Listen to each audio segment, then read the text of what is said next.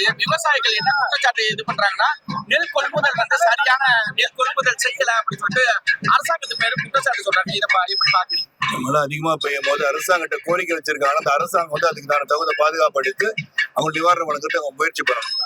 ஏன்னா அவங்க கோரிக்கை என்னன்னா, அவங்க மழை அதிகமா இருக்கும் போது அவங்க நெல் கொள்முதல் கொஞ்சம் பிரச்சனையா இருக்குன்னா அரசாங்கத்தை முறையிடணும். முறையிட்டா நிச்சயமா அதுக்கு கவனம் செலுத்தி அது உடனடியாக அவங்க நிவர்த்தி பண்றதுக்கு ஏற்பாடு செய்வோம் நம்புறேன்.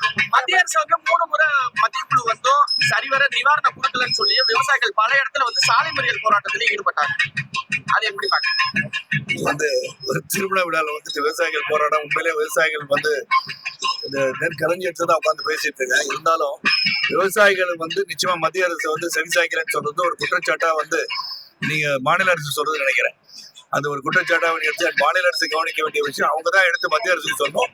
மத்திய அரசு நிச்சயமாக விவசாயிகளுக்காக கண்டிப்பாக உதவி செய்வதற்காக காத்திருக்கின்ற ஒரு ஆட்சி தான் நடந்துட்டு. செங்கோட்டையன் ஒரு அரசியல்வாதி. அவர் எடுத்திருக்க முடியும் அவ்வளவு. நல்லது. அவர் தான் கேட்கணும்.